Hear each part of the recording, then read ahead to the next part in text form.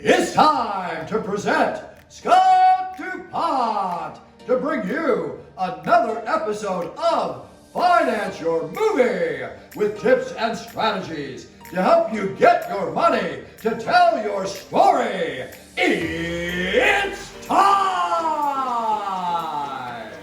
Okay, I'm here today with Terrance McLeod, writer, director, producer, and he has just released his feature called A Season for Love. Welcome, Yeah. Terrance. Thank you. Thank you. Thank you for having me. Glad to be here. Big thank you too to Andrea at AMCK PR. Congratulations on getting picked up by Vision Films. We love Lisa and the whole crowd there. Yeah, thank you. I'm very excited to be working with them. So before we get to A Season for Love, which by the way, really resonated with me because I'm a filmmaker and my fiance is a doctor. So Awesome. Yeah. I really connected with his story from the very first second that I saw the trailer. But we'll get into that in just a second. Looked great, by the way. Um, you started out as a DP, a cinematographer? Yeah, so I mean, I've come up. I graduated in 2016. I kind of came up through camera. I did a couple of shorts, being a second AC, and then first and camera operating on very small projects, and then kind of just worked my up through that department, and then I started DPing some shorts and some features. So yeah, Where did you go to school? I went to a liberal arts college up in New York called SUNY Oneonta State College. Okay, awesome. And then you relocated to Charlotte, North Carolina? Yes. Yeah. Okay. So let's talk about some of the short projects you did, and you directed several shorts. How important was doing those shorts and all of that background as a DP helpful for you to make the jump to your first feature?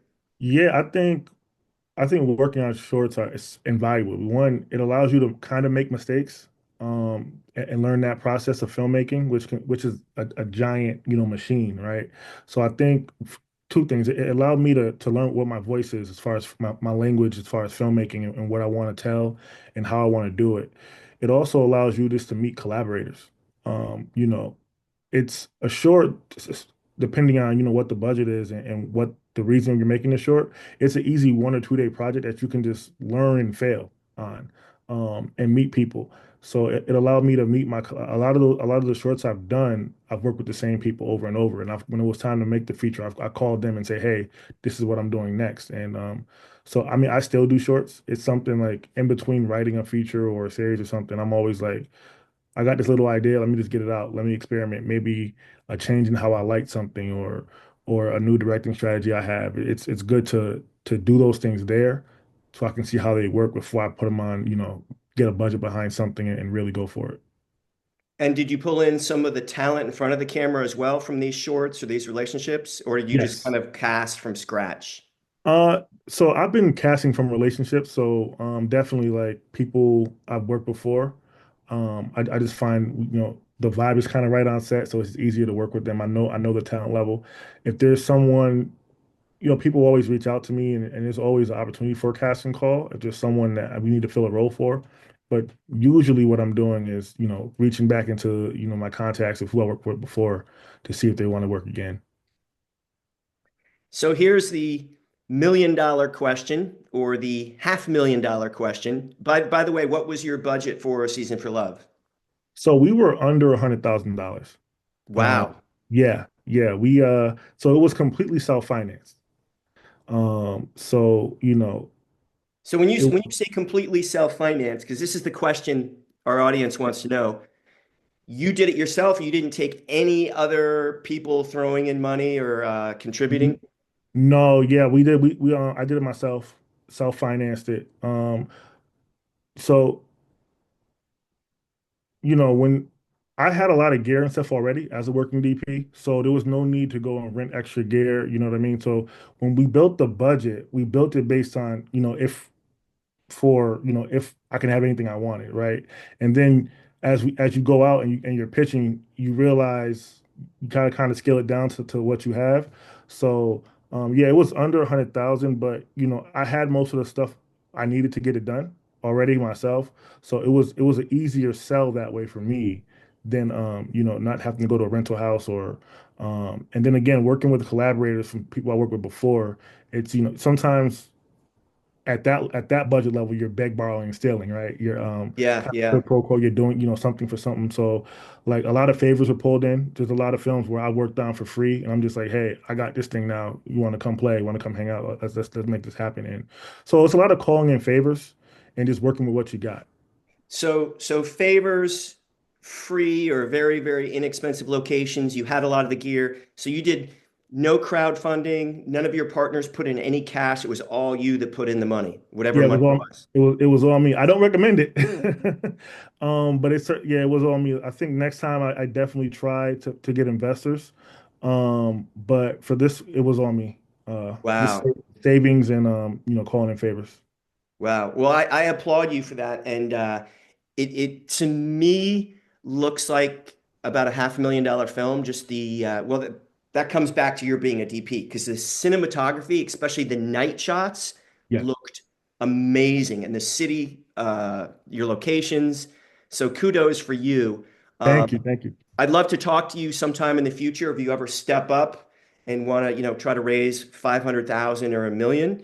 Um, and I think potential investors will respect the fact that you financed your first one. You took all the risk Yeah. so that when you do go out raising money for your next film, even if you put a little bit of skin in the game, they're going to respect the fact that you did it the first time. Right. Right. I hope so. Yeah, no, no, absolutely they will. I can tell you from experience, people, investors, if they're going to risk their money, they Right. really, really appreciate the fact and they almost expect that you're going to put a little bit of skin in the game. Yeah. Yeah. So just curious, how do you hook up with Vision Films? Because that's a great distributor. Yeah, so early on, we did the festival run. We were hoping to get into a bigger festival. We didn't. Like we didn't get into a Sundance or a South by Southwest.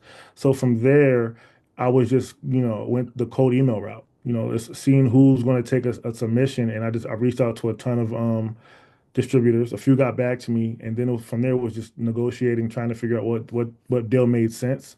And Vision, at least responded, and at that point, what I did was I just reached out to other producers who have worked with Vision, and I've heard nothing but good things. So I was like, okay, this seems like it's going to work for us. And so far, the process has been great. So I have no issues with Vision. I'm happy they took the project. They took a shot at this is my first feature. First time I'm actually going through distribution. I worked on features before through people who have either self-distributed or worked with a distributor, but this is my first time producing, directing, all the things. So just the hand holding they've done with me to get me through the process has been great. Well, congratulations.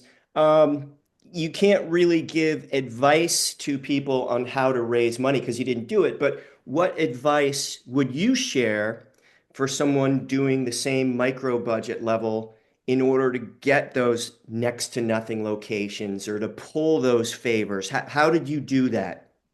Because you made Um, the movie. yeah, yeah. I think again, networking is important, right? And just it's you got to find a team of collaborators who are willing to work with you. And I think a lot of people, when it comes to networking specifically, is you want to network up, right? You want to talk to that person who's making those $500,000 $1 million movies, and you're forgetting the people who are right next to you that want to build with you, right? That are willing to build with you. So I think sometimes when you network across and you find somebody who's at the same level as you, it's easier to sell to say, hey, let's work on this thing together and get there, and then like you said, what happens next is once you're proven to make it, then you can start networking up and say, hey, I did this, we did this on our own. You know what I mean? So I think it's important to just look to the people next to you because you never know what connections they have. I know a lot of the locations we have was just people on the crew that say, hey, my aunt has this building or works here. I was like, okay, let's reach out, let's see what we can get, and from there we were able to get our location. So um, it's scrappy filmmaking, right? It's not pretty, but at the end of the day, we're indie filmmakers, and our job is just to get it done at any means possible, any means, so that's what we're doing. Congratulations. And I didn't even check. You had a separate DP while you were directing this, right? No, so I had two other camera operators, but I DP'd it as well. Okay, so you're DP and director.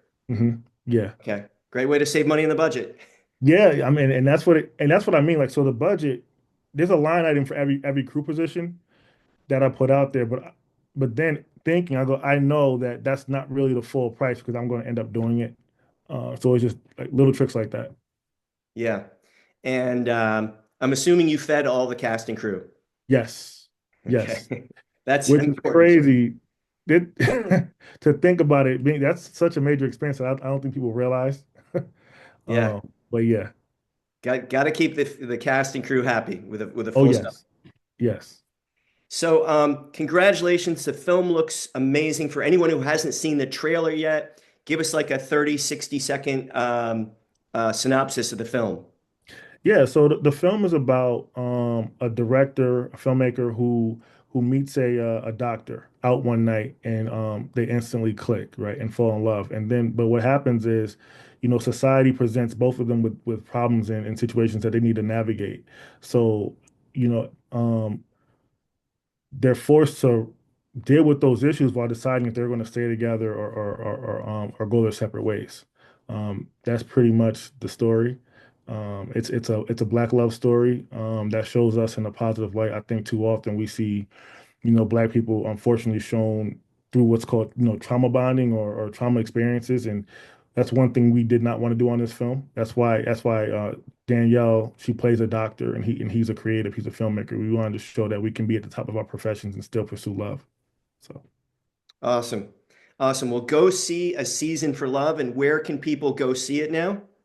So the film will be streaming on Apple TV, Amazon Prime, Fandango, all your TVOD buy rent platforms. So yeah, please go ahead and buy and rent that for us. We and show your support. We appreciate it.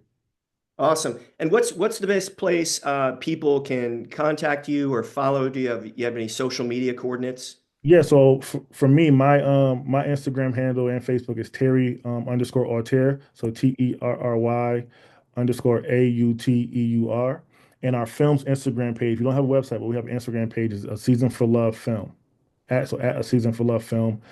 Follow there for updates on the film. There is a sequel written. We're working the details out on that. So yes, please watch it, rate it, leave us a review. We'd love to know what you think of it for sure. Awesome. So you said that there's a sequel in the works? So yeah, it's a sequel written. So we're looking to see what's the time frame on getting it made. Our cast is they're busy. They're back on set working on other projects. So I'm just trying to schedule it out and see when we can get together to get it done. Awesome. Well, my advice to you is you probably don't want to wear three or four different hats next time and stress yourself out. I do Is not. when you start raising money, the best time is when you have some money flowing in from this movie, because your potential investors will see some sort of ROI coming back, and Yeah, that's proof of concept for you to go do your next film, no matter how high the budget. awesome. So Yeah, I I wish think you all the best. I appreciate it. Thank you so much. Terry McLeod, thank you for coming on, and make sure you go see A Season for Love. It's time! There's never been a better time to make your own film. And if you have a dream project you're excited about and 100% committed to getting it funded, go to financeyourmovie.com, click on the green telephone, you'll see our calendar and find an open spot. We'll do a one-on-one call, which will be the best hour you've ever spent getting clarity and strategy towards financing your movie.